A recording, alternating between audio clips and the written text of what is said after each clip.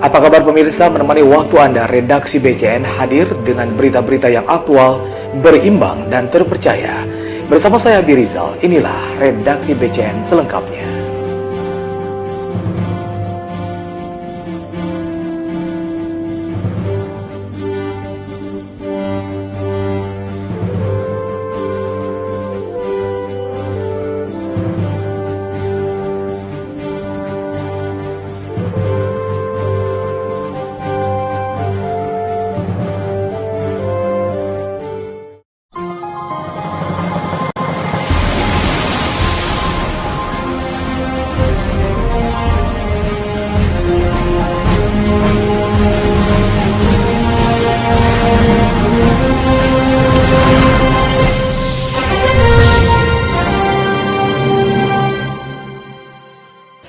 Dalam mensosialisasikan tugas Otoritas Jasa Keuangan dalam pengawasan perbankan, Bank Indonesia Perwakilan Kepulauan Riau mengadakan seminar nasional terkait pengalihan pengawasan perbankan oleh OJK di kalangan mahasiswa. Karena pertanyaannya adalah apa bedanya makro dan Berlokasi di kampus Uniba, Bank Indonesia Perwakilan Kepulauan Riau terus melakukan sosialisasi terkait pengalihan pengawasan perbankan dari BI ke Otoritas Jasa Keuangan atau OJK bagi kalangan mahasiswa. BI sendiri menganggap sosialisasi ini perlu dilakukan di kalangan mahasiswa sebagai upaya masuk ke kalangan masyarakat Batam. Kepala Perwakilan BI Kepri, Gusti Raizal Eka Putra mengatakan, adanya kegiatan ini merupakan inisiatif dari Badan Supervisi Bank Indonesia. Gusti juga menjelaskan fungsi pengawasan bank ke OJK membuat arah kebijakan Bank Indonesia secara nasional ke depan lebih ditujukan pada upaya mencapai dan memelihara stabilitas nilai rupiah. Melalui bauran kebijakan di bidang moneter, makroprudensial, dan pengembangan sistem pembayaran. Ada sosialisasi, tapi ini sebenarnya inisiatornya dari Badan Supervisi Bank Indonesia. Ini kan setelah adanya pencanangan pasca OJK ini, adanya pengalihan fungsi Bank Indonesia kepada pihak lain, kepada OJK, fungsi pengawasan dan regulator perbankan, makanya rasanya perlu terutama di masyarakat di kampus, sehingga nanti mudah-mudahan kalau dari kampus sudah mengetahui, ini kan sosialisasinya ke tempat, ke masyarakat lebih luas kan lebih gampang. Jadi kita memang fokus nanti ke kampus, tapi ini sebenarnya yang mengadakan acara ini dari Badan Supervisi Bank Indonesia. BI itu juga punya Badan Supervisi eksternal yang ditunjuk oleh DPR Pusat, dan ini adalah dari inisiatif. Dalam kegiatan yang dilaksanakan di Universitas Batam ini, Bank Indonesia menghadirkan Ketua BSBI Umar Juoro, Deputi Gubernur BI Halim Alamsyah, dan Wakil Ketua Komisi 11 Hari Azhar Ajiz yang dinilai sebagai narasumber berkompeten di bidangnya dan dapat memberikan penjelasan mengenai outlook ekonomi Indonesia. Dari Batam Center, Teguh Joko Lismanto, BCN TV melaporkan.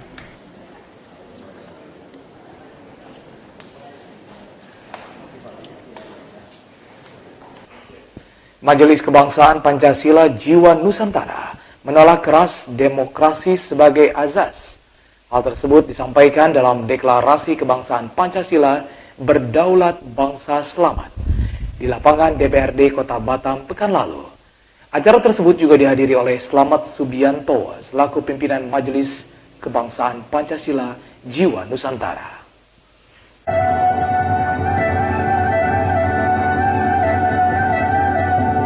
Virus demokrasi telah membuat bangsa ini berkotak-kotak dengan adanya partai politik.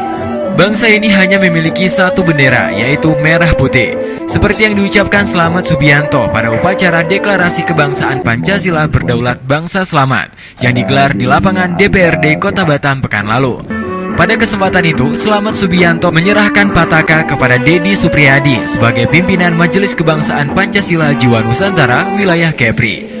Deklarasi yang dipimpin Slamet Subianto dan diikuti oleh seluruh peserta upacara dari kalangan pelajar pramuka, mahasiswa, dan beberapa ormas Kota Batam.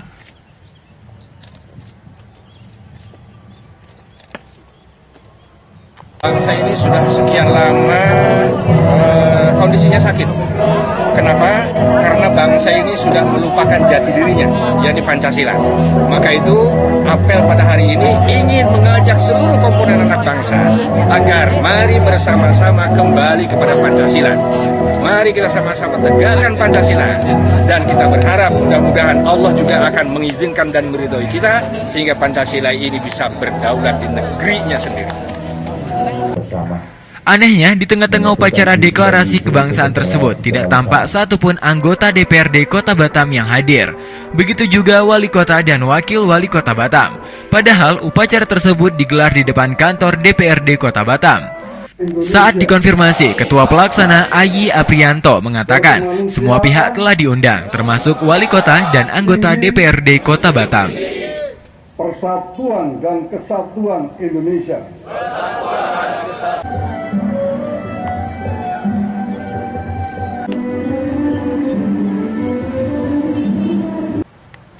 Dari Batam Center, Pradana Putra, BCN TV melaporkan.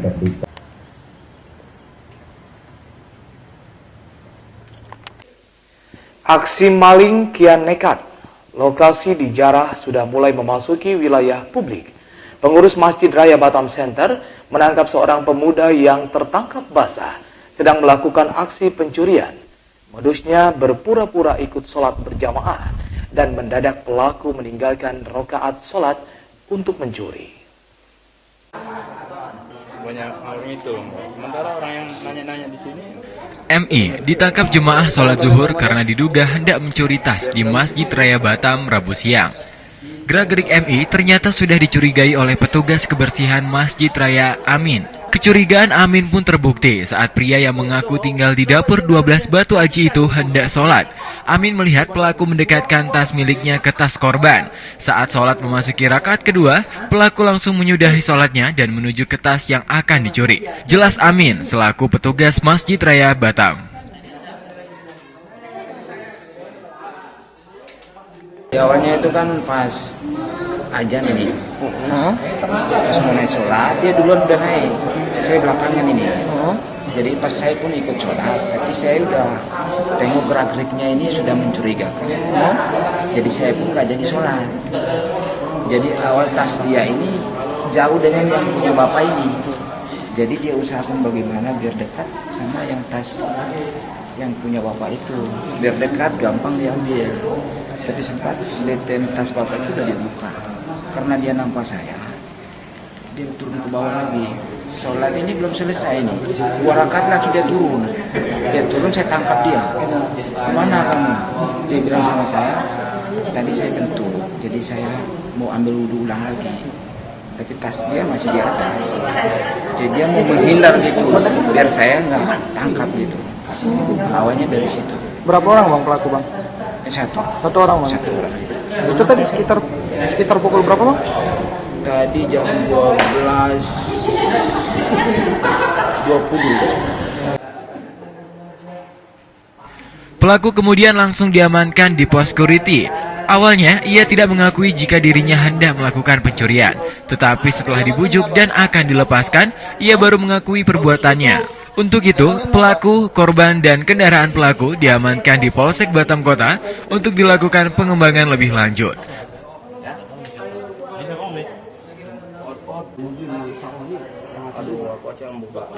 Aku kalau Sabtunya berangkat nggak apa-apa ya. Dari Batam Center, Pradana Putra, BCN TV melaporkan. Oknum polisi berinisial NR, sebelumnya sebagai Kanit Buser Polsek Nongsa ini, tertangkap tangan saat dilakukan penggerbegan di rumahnya di perumahan Taman Hang Tuah, Kelurahan Baloi Permai, Kecamatan Batam Kota. Saat itu NR tengah menyimpan 50.000 butir ekstasi dan 3 kg sabu. Dari tangan tersangka, penyidik berhasil mengamankan 8 butir ekstasi berlogo angka 7. Pada hari itu juga dilakukan pengembangan dan telah mengantongi nama NR, seorang oknum polisi berpangkat Bribka yang bertugas sebagai Kanit Buser Polsek Nongsa. Sekitar pukul 19.45 waktu Indonesia Barat, anggota Dit Narkoba Polda Keprim melakukan penggerebekan di rumah NR di perumahan Taman Hang Tuah, Kelurahan Baloi Permai, Kecamatan Batam Kota. Di rumah NR ditemukan sebanyak 24.932 pil yang diduga ekstasi berwarna merah muda yang didapat dari dalam satu buah kardus merek Skypine. Jelas. Untuk perbungkusnya, ada yang 4.000. Kalau yang segini? Setengah kilo di bro. Udah berapa lama jadi pengedar, Kak? Kalau MAA ini 26.165 tablet diduga ekstasi warna merah muda yang berada di dalam tas merek Caterham warna biru tua dan 2.536 kg serbuk kristal yang diduga sabu dan 820 gram diduga sabu yang berada di dalam satu kardus kamera merek Canon. Pil ekstasi tersebut terdiri dari logo angka 7 dan Nike. Hal tersebut dijelaskan Kombes Pol Agus Rohmat selaku Dir Narkoba Polda Kepri. Untuk itu, tersangka akan diproses secara hukum dan NR akan diproses secara kode etik profesi yang akan terancam hukuman yang seberat-beratnya. Kami mohon maaf, Kapolda tidak bisa langsung expose kegiatan ini. Untuk berikutnya, barangkali kalau ada Bapak. Dari Mapolda Kepri, Pradana Putra, BCN TV melaporkan. sampai sekarang belum ada. Jadi hanya satu. Polda Kepri melalui Direktorat Narkoba Polda Kepri menggelar ekspos tindak pidana narkotika dengan tersangka oknum polisi. Ekspos dilaksanakan di lantai 2 gedung Rupatama Mapolda Kepri. Pada kesempatan ini kami mohon maaf, Kapolda tidak bisa langsung ekspos kegiatan ini. Direktur Narkoba Polda Kepri, Kombes Pol Agus Rohmat, yang didampingi Kabid Humas Polda Kepri, AKBP Hartono, menyampaikan terungkapnya kasus tindak pidana narkotika ini merupakan bentuk prestasi sekaligus kekecewaan untuk instansi Polri yang berinisial NR. NR diketahui bertugas sebagai Kanit Buser Polsek Nongsa. Keberhasilan pengungkapan berawal dari tertangkapnya satu orang tersangka berinisial MA di pos security perumahan Taman Hang Tua, Kelurahan Baloi Permai, Kecamatan Batam Kota pada hari Rabu 12 Februari 2014. Berawal dari informasi masyarakat yang telah kami tindaklanjuti dengan membentuk tim melakukan penyelidikan. Selanjutnya kami berhasil menangkap setelah kami melakukan transaksi dengan pelakunya, yaitu tanggal 12 Februari, tepatnya hari Rabu tanggal 12 Februari 2014 sekitar pukul 16.45, yaitu di tempat kejadian pos security perumahan Taman Hang Tua, ini di Baloi Permai, Kota Batam.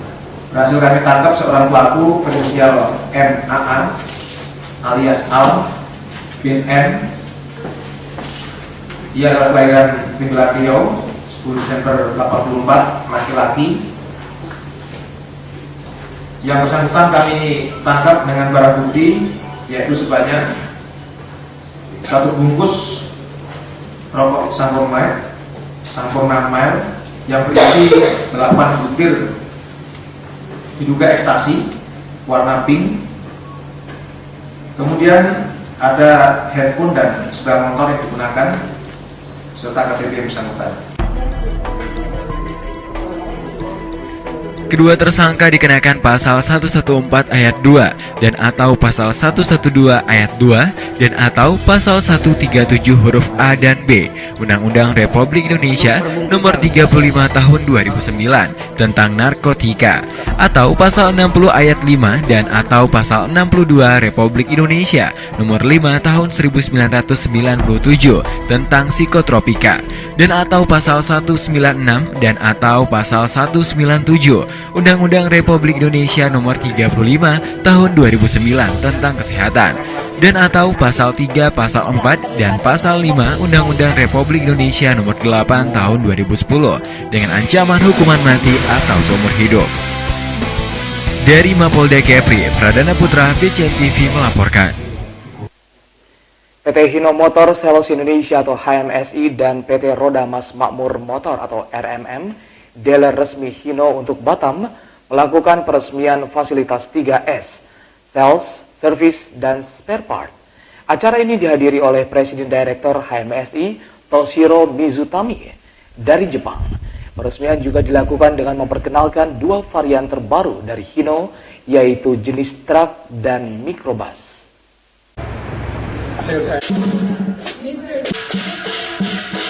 Peresmian fasilitas 3S, yaitu Sales, Service, and Spare Part ini dilakukan secara meriah di dealer Hino yang berderet dengan PT Rodamas Makmur Motor.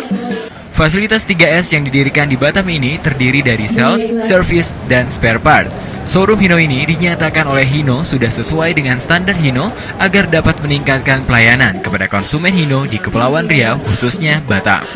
Sedangkan pembukaan showroom ini bertujuan mengenalkan fasilitas penjualan dan purna jual untuk pelanggan Hino.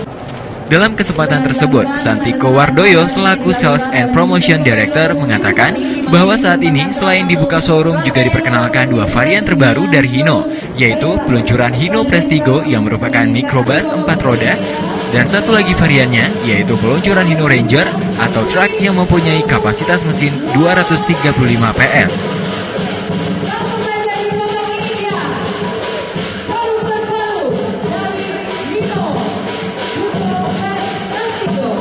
Ya, jadi hari ini kita punya tiga misi ya. Jadi satu, kita membuka showroom, peresmian showroom baru Hino yang di Batam dengan sesuai dengan standar dari Hino. Ya.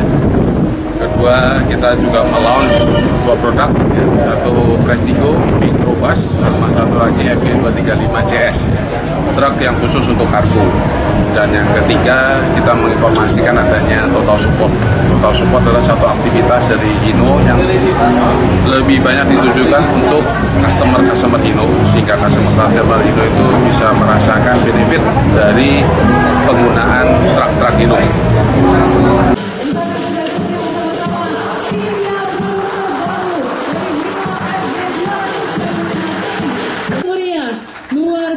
Dengan keunggulan yang saat ini sudah dimiliki Hino, Santiko yakin market penjualan Hino di Batam semakin berkembang.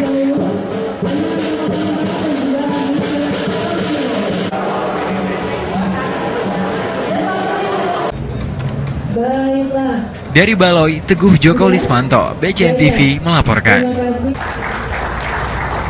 Dalam peresmian fasilitas 3S ini, pihak Hino yang diwakili Mr. Aleng mengajukan beberapa program unggulan bagi pembelian produk Hino. Salah satunya adalah program bunga 0%. Program lainnya yaitu diberikannya servis gratis selama 1 tahun. Poin penting dari Pak Santiko bahwa Hino dengan Total Support akan memberikan after sales yang sebaik-baiknya kepada customer, karena after sales adalah poin penting dalam rangka meningkatkan kualitas pelayanan, Hino mengembangkan beberapa program guna memberikan total support kepada para konsumennya.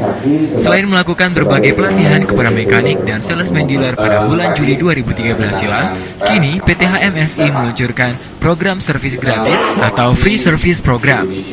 Dalam program ini, Hino ingin memberikan pelayanan perawatan berkala secara gratis sampai dengan 60.000 km atau 1 tahun sejak pelanggan membeli kendaraan baru Hino dari dealer resmi Hino. Penggantian dilakukan antara lain untuk suku cadang, pelumas, dan jasa servis. Untuk acara grand opening kami, program yang sedang berjalan adalah program 01510, di mana untuk pembelian Hino akan mendapatkan bunga 0% untuk Dutro ya, untuk 1 tahun 0%. Terus yang dapat free service selama setahun atau 60.000 km, dan pembelian 5 unit mendapat tiket tur ke Singapura untuk 10 unit ke Thailand. Dan khusus untuk Dutro ya, dan khusus untuk hari ini ada pemotongan untuk Dutro dari 25 sampai 30 juta. Nah, untuk Ranger hari ini ada potongan sekitar 25 juta. Itu diskon tambahan ya. Ya, terus untuk pembelian part ada potongan sebesar 25%.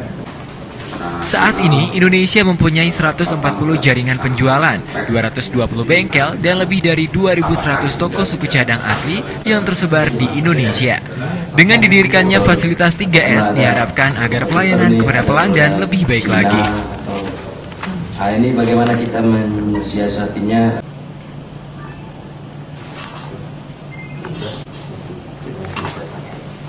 Dari Baloi, Teguh Joko Lismanto, BCN TV melaporkan. Ya pemirsa, berita tadi menandai akhir jumpa kita hari ini. Nantikan berita-berita selanjutnya hanya di redaksi BCN. Saya Abi Rizal serta seluruh kerabat kerja yang bertugas undur diri. Terima kasih atas kebersamaan Anda. Wassalamualaikum warahmatullahi wabarakatuh dan sampai jumpa.